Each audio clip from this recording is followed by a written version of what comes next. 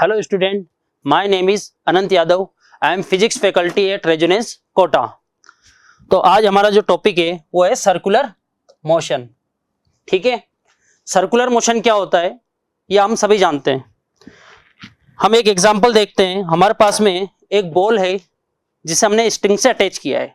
ठीक है, अब ये जो बॉल है इसे मैं रोटेट करता हूं किसी फिक्स्ड एक्सिस के अबाउट, किसी फिक्स्ड पॉइंट के अबाउट. तो ये जो पाथ है इसका वो कौन सा पाथ होगा? सर्कुलर पाथ होगा. ठीक है, इसको और स्टडी करते हैं हम आगे.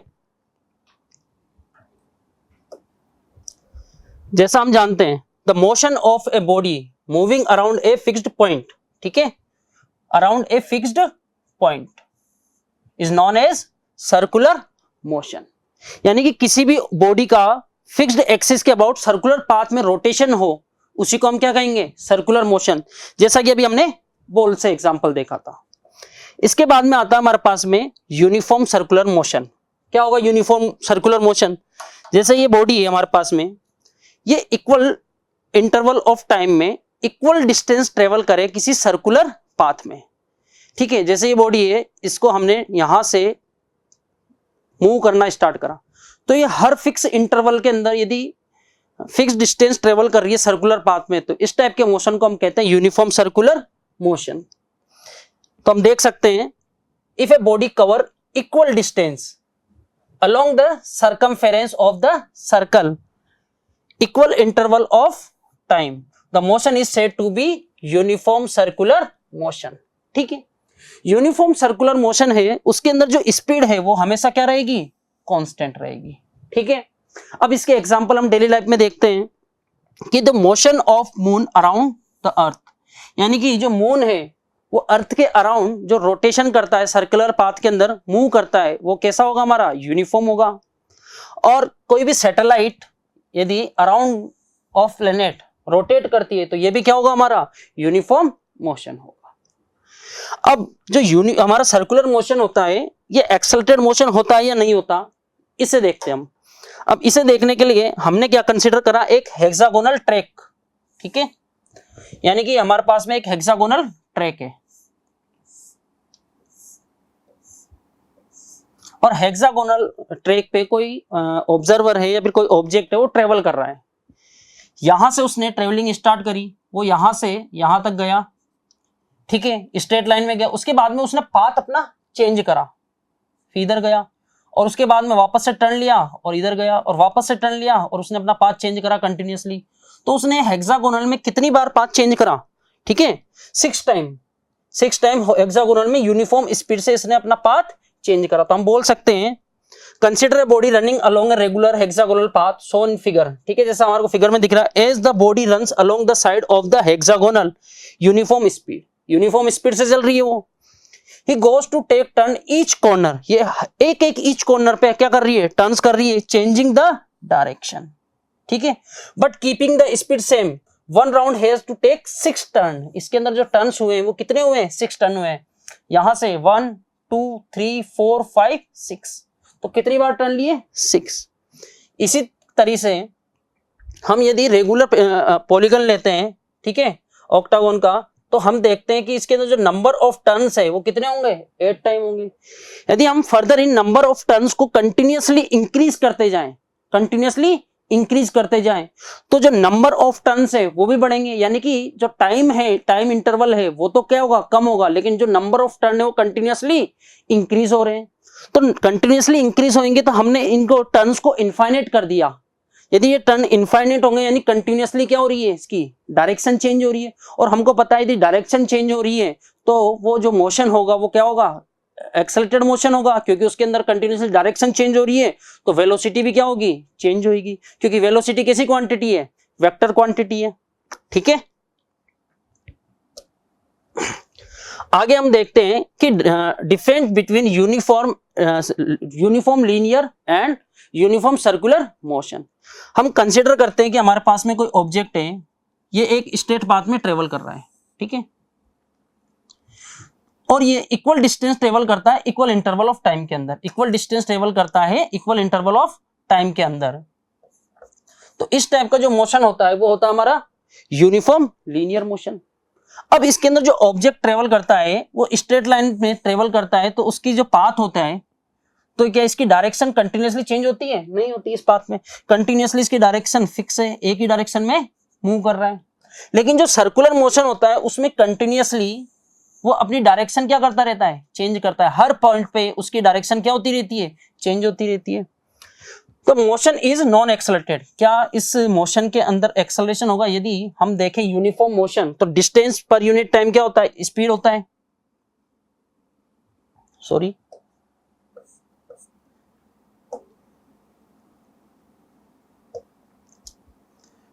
डिस्टेंस पर यूनिट टाइम क्या होता है?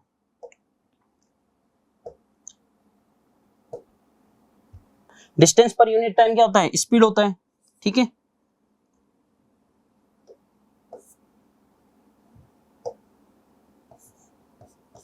ये चेंज नहीं हो रही कंटिन्यूअसली। ठीक है, तो हम बोल सकते हैं कि ये जो मोशन है वो नॉन एक्सेलरेटेड है। क्यों? क्योंकि स्पीड चेंज नहीं हो रही है, और स्पीड चेंज नहीं हो रही है यानी कि डायरेक्शन भी चेंज नहीं हो रही है। ना स्पीड चेंज हो रही, ना डायरेक्शन चेंज हो रही। तो डायरेक्शन चेंज नहीं होगी तो वेलोसिटी भी चेंज नहीं होगी। तो इस टाइप के मोशन को हम बोलते हैं नॉन एक्सेलरेटेड मोशन भी बोलते हैं। साथ के अंदर यहां पर हम देखते हैं कि कंटिन्यूअसली इसकी डायरेक्शन हर पॉइंट पे क्या हो रही है? चेंज हो रही है। कंटिन्यूअसली हर पॉइंट पे डायरेक्शन चेंज होने की वजह से जो वेलोसिटी है वो भी क्या होगी? कंटिन्यूअसली चेंज होगी। तो इस टाइप का जो मोशन होगा वो क्या होगा? हमारा एक्सेलरेटेड मोशन होगा।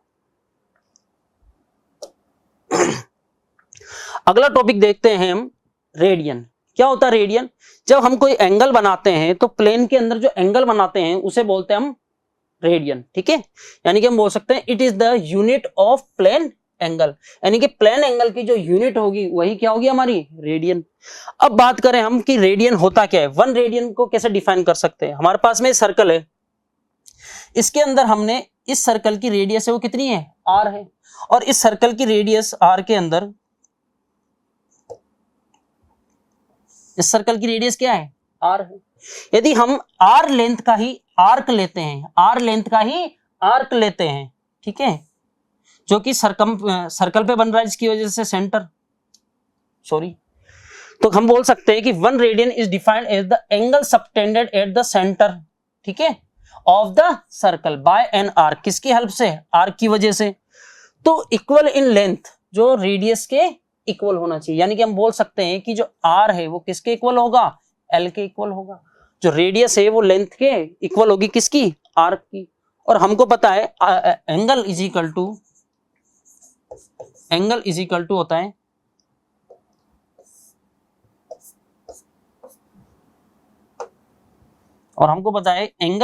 टू होता है आर्क अपॉन रेडियस।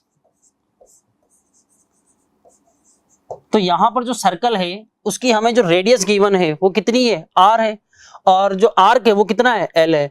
यदि आर और एल दोनों इक्वल हो जाएंगे, यानी कि आर इक्वल टू एल हो जाएगा, आर इक्वल टू एल हो जाएगा, तो हम लिख सकते हैं theta is equal to L upon R. तो हम एल की जगह आर पुट करते हैं, तो जो थीटा है उसकी वैल्यू कितनी आ जाएगी? 1 रेडियन के इक्वल।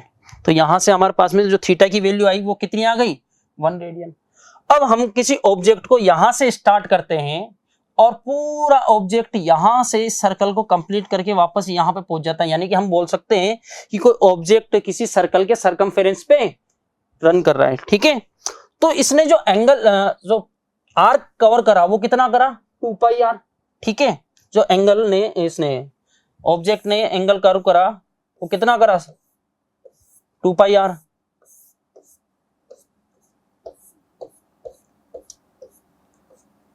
तो जैसा हमको पता है यहां पर जो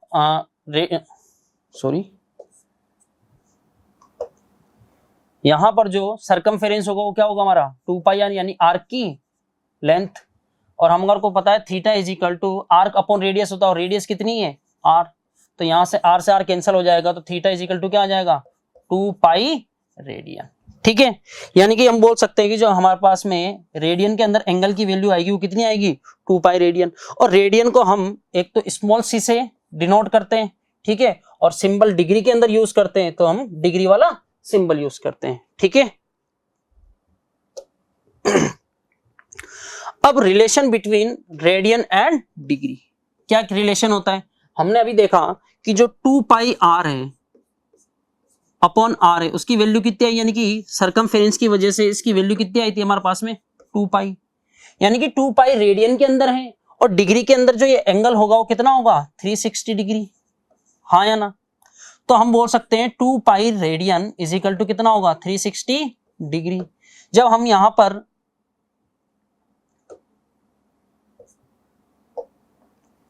जब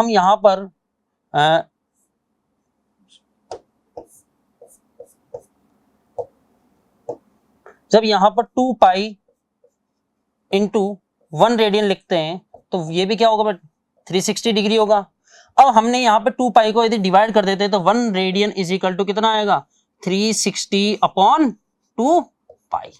ठीक है, इसको फर्दर सोल्व करें तो 2 से ये 180 टाइम जाएगा, यानी कि 180 अपॉन पाई, और आगे सोल्व करते हैं तो इसकी वैल्यू आ जाएगी 57.3 डिग्री, यानी कि हम बोल सकते हैं कि जो 1 रेडियन है वो किसके इक्वल होता है 57.3 डिग्री के इक्वल होता है। ठीक है, अब उसके बाद हमारे पास टॉपिक आता है काइनेमेटिक्स ऑफ सर्कुलर मोशन।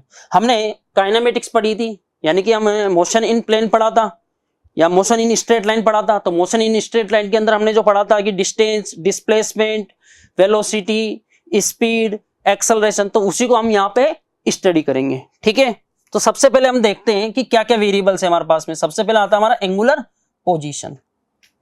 अब किसी भी ऑब्जेक्ट की एंगुलर पोजीशन को बताने के लिए हमें दो ऑब्जेक्ट इसकी पॉइंट की जरूरत होती है, जिसके अंदर हम फर्स्ट पॉइंट होता है हमारा ओरिजिन और जो सेकंड पॉइंट होता है वो क्या होता है हमारा रेफरेंस लाइन। यानी कि हमारे को एक तो ये पॉइंट सी, पॉइंट ओ दिख रहा है, ये हमारा क्या है ओरिजिन है, और जो ये एक्स एक्सिस है ये हमारी क्या है रेफरेंस लाइन है। यानी कि हम बोल सकते हैं कि जैसे कि हमारे पास में एक सर्कल है, इस सर्कल के अंदर ये इसका क्या है ओरिजिन है,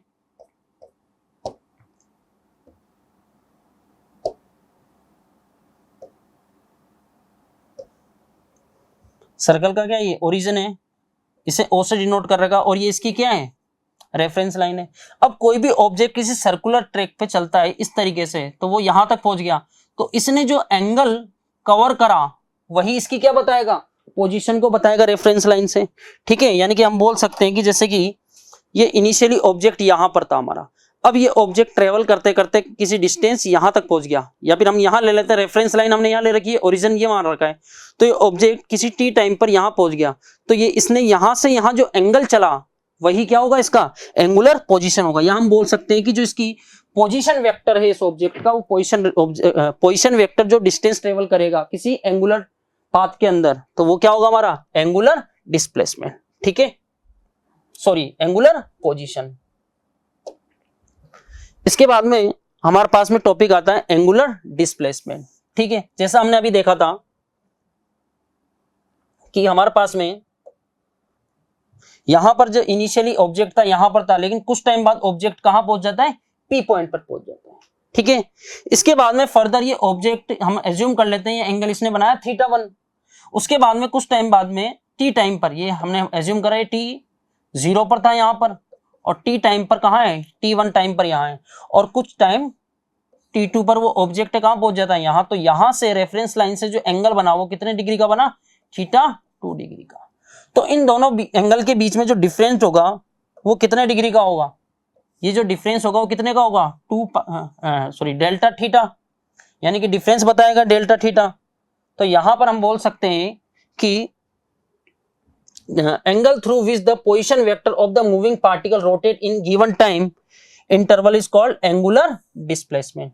यानी कि किसी टाइम के अंदर उसने जो डिस्प्लेसमेंट करा एक पोजीशन से दूसरे पोजीशन तक, ओरिजिन के रेस्पेक्ट में जो डिस्प्लेसमेंट करा वही हमारा क्या होगा डिस्प्लेसमेंट, जिसे हम बोलते हैं डेल्टा थीटा से डिनोट करते हैं, इसी को बोलते हैं एंगुलर डिस्प्लेसमेंट। ठीक है, अब इसके कुछ इंपॉर्टेंट पॉइंट है, जैसे कि angular displacement is a dimensionless quantity, it's SI unit is radian. यानी कि कैसी क्वांटिटी है डायमेंशनलेस है, यानी कि इसकी कोई डायमेंशन नहीं होगी, लेकिन जो इसकी यूनिट होगी वो क्या होगी रेडियन। कुछ अदर यूनिट है जैसे कि हम बेसिकली यूज करते हैं डिग्री भी यूज करते हैं, ठीक है, और रिवोल्यूशन भी यूज करते हैं। यानी कि यदि रेडियन के अंदर किसी सरकमफेरेंस की बात की जाए तो उसने कितना रेडियन चला 2 पाई, और एंगल कितना होगा 360 डिग्री, और रिवोल्यूशन कितना होगा 1 रिवॉल्यूशन। ठीक है। अब जैसे कि हमारे पास में स्केलर और वेक्टर क्वांटिटी होती है, यदि एंगल स्मॉल है, ठीक है, यानी कि डिस्प्लेसमेंट स्मॉल है, तो वो कैसा होगा, हमारा वेक्टर क्वांटिटी होगा। ठीक है। और यदि बड़ा है एंगल, यानी कि फाइनाइट एंगुलर डिस्प्लेसमेंट है, तो इस टाइप की जो डिस्प्लेसमेंट होगा वो कैसा होगा, हमारा स्केलर होगा। ठीक है। यानी कि हम बोल सकते हैं कि वो कम्यूटेटिव एडिशन लॉ को, वेक्टर एडिशन लॉ को फॉलो करेगा या फिर नहीं करेगा। यदि वो फॉलो कर रहा है तो वो क्या होगा, वेक्टर होगा, और यदि वो फॉलो नहीं कर रहा है तो कैसा होगा, स्केलर होगा। यहां पर हम देख पा रहे हैं कि यहां पर θ1 प्लस θ2 इज इक्वल टू क्या है, θ2 प्लस θ1। यानी कि हम बोल सकते हैं कि जो स्मॉल डिस्प्लेसमेंट है दोनों का, उस समय इनको हम कम्यूटेटिव कर सकते हैं, यानी कि हम लिख सकते हैं θ1 plus θ2 is equal to θ2 plus θ1। यानी कि हम इन्हें कम्यूटेटिव कर सकते हैं, तब भी इसमें कोई डिफरेंस नहीं आएगा। लेकिन यदि एंगल बड़ा है, एंगुलर डिस्प्लेसमेंट ज्यादा है, तो ये कम्यूटेटिव लॉ को फॉलो नहीं करता है। ठीक है। अब direction of small angular displacement decided by the right hand thumb rule. यानी कि किसी भी ऑब्जेक्ट को, जैसे कि ये हमारे पास में कोई सर्कुलर पाथ है, इसके अंदर ये ऑब्जेक्ट मूव कर रहा है इस डायरेक्शन में, तो हमारी जो फिंगर है उनको कर्ल करेंगे जिस डायरेक्शन में मूव कर रहा है, तो जो थंब होगा वो क्या बताएगा हमारे को, उसकी डायरेक्शन को बताएगा कि जो एंगुलर डिस्प्लेसमेंट है वो किस डायरेक्शन में हो रहा है। ठीक है। इसके बाद में हमारा अगला टॉपिक आता है एंगुलर वेलोसिटी। हमने वहां पर फर्दर क्लास में पढ़ा था कि जो वेलोसिटी होता है, जो वेलोसिटी होता है वो क्या होता है, डिस्प्लेसमेंट अपॉन टाइम। ठीक है, डिस्प्लेसमेंट अपॉन टाइम। लेकिन यहां पर जो हम डिस्प्लेसमेंट देख रहे हैं वो कौन सा डिस्प्लेसमेंट देख रहे हैं, एंगुलर डिस्प्लेसमेंट। तो angular displacement upon total time क्या होगा, हमारा एंगुलर वेलोसिटी, जिसे हम डिनोट करते हैं ओमेगा से। किससे डिनोट करते हैं, ओमेगा से। तो हम बोल सकते हैं कि जैसे कोई ऑब्जेक्ट हमारा इनिशियली θ1 एंगल पे था,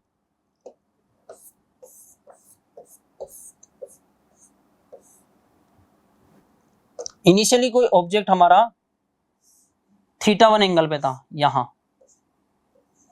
और फाइनली यहां पर पहुंच गया θ2 एंगल पे, तो जो डिफरेंट आया एंगल में वो कितना आया, delta theta is equal to θ2 minus θ1। हाँ या ना। तो ये हमारा क्या हो गया, डिस्प्लेसमेंट हो गया, कौन सा, एंगुलर डिस्प्लेसमेंट। और टाइम इनिशियली यहां पर हमने एज्यूम करा, यहां पर टाइम t1 था और यहां पर टाइम t2 था, तो टाइम का डिफरेंस कितना होगा, t2 माइनस t1। तो यहां से हमारे पास में एंगुलर वेलोसिटी का फॉर्मूला आ जाएगा θ2 minus θ1 upon t2 minus t1।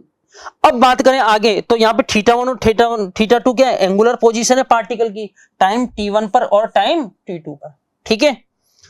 और इसी तरीके से हम बोल सकते हैं कि जो हमारी एंगुलर वेलोसिटी वो कैसी होगी, एंगुलर वेलोसिटी क्या है, स्केलर क्वांटिटी होगी। आगे इसके बाद में हमारे पास में एंगुलर वेलोसिटी से रिलेटेड टॉपिक आता है डायमेंशनलेस क्वांटिटी है। क्यों, क्योंकि इसकी यूनिट क्या होगी, जैसे कि हमारे यूनिट होनी चाहिए रेडियन पर सेकंड। ठीक है, रेडियन पर सेकंड। तो रेडियन कैसी क्वांटिटी है, डायमेंशनलेस क्वांटिटी है। तो यहां पर जो ये डायमेंशन होगा सिर्फ और सिर्फ किसका होगा, टाइम का। और टाइम का क्या होता है, टी इनवर्स। इसलिए हमारे पास में इसका डायमेंशन क्या है, टी इनवर्स है, और यूनिट क्या होगी, रेडियन पर सेकंड होगी। ठीक है। अब यदि कोई ऑब्जेक्ट है, जैसे कि रिजिड बॉडी, जैसे अर्थ के लिए बात करते हैं, तो अर्थ का जो रोटेशन होता है वो कितना रेडियन होता है, 2 पाई रेडियन होता है। कितने आर में, 24 आर के अंदर। तो उसकी जो स्पीड होगी, एंगुलर वेलोसिटी होगी, वो क्या होगी, 2 pi upon 24 radian per R. ठीक है। If body make an revolution in T second, then average angular velocity in radian per second will B.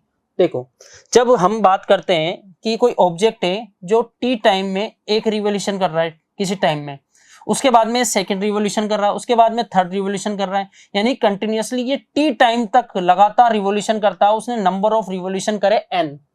तो जो एंगल होगा वो कितना होगा, यहां से मैं चला 2 पाई रेडियन, फिर चला मैं 2 पाई 4 पाई हो गया, इस तरीके से कंटिन्यूअसली क्या होगा, मल्टीप्लाई होता जाएगा। तो हम लिख सकते हैं omega average is equal to 2 pi N upon T. यहां से हमको क्या मिलेगा, इसका एंगुलर वेलोसिटी मिल जाएगी।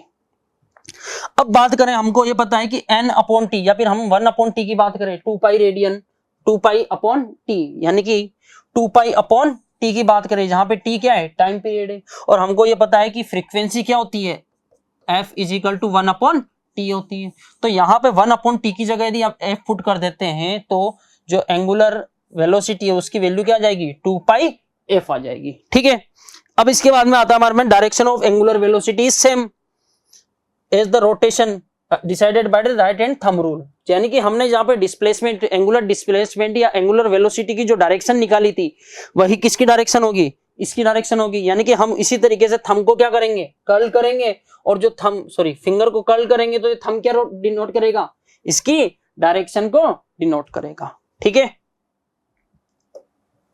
अब इसके बाद में हमारे पास में आज का लास्ट टॉपिक आया था एंगुलर एक्सेलरेशन। जैसा हमने देखा कि डिस्प्लेसमेंट अपॉन टाइम क्या होता है, वेलोसिटी होता है, तो यहां से हमने ओमेगा एवरेज निकाला था θ2 minus θ1 upon T2 minus T1। तो उसी तरीके से जब हम एंगुलर की बात करेंगे, एंगुलर डिस्प्लेसमेंट अपॉन टाइम की, तो हमारा क्या आ जाएगा, एंगुलर वेलोसिटी आ जाएगा। उसी तरीके से जो एंगुलर एक्सेलरेशन है जिसे हम किससे डिनोट करते हैं, अल्फा से डिनोट करते हैं, तो वो क्या हो जाएगा, ω2 minus ω1 upon T2 minus T1। Similar बिल्कुल ऐसा का ऐसा, और इसकी डायरेक्शन भी किधर होगी, यानी कि हम बोल सकते हैं कि इनिशियली ω1 स्पीड है, फाइनली ω2 है, तो क्या होगा T1 टाइम पे और ये T2 टाइम पे, तो एवरेज जो एंगुलर एक्सेलरेशन आएगा हमारा वो क्या आएगा, ω2 minus ω1 upon T2 minus T1। ठीक है, और इसकी जो डायरेक्शन है वो भी हम किससे बता सकते हैं, राइट हैंड थंब रूल से। ठीक है, समझ में आया वीडियो, मजा आया तो लाइक करें, शेयर करें, सब्सक्राइब करें। ठीक है, तो आज के लेक्चर को हम यहीं खत्म करते हैं। Thank you so much.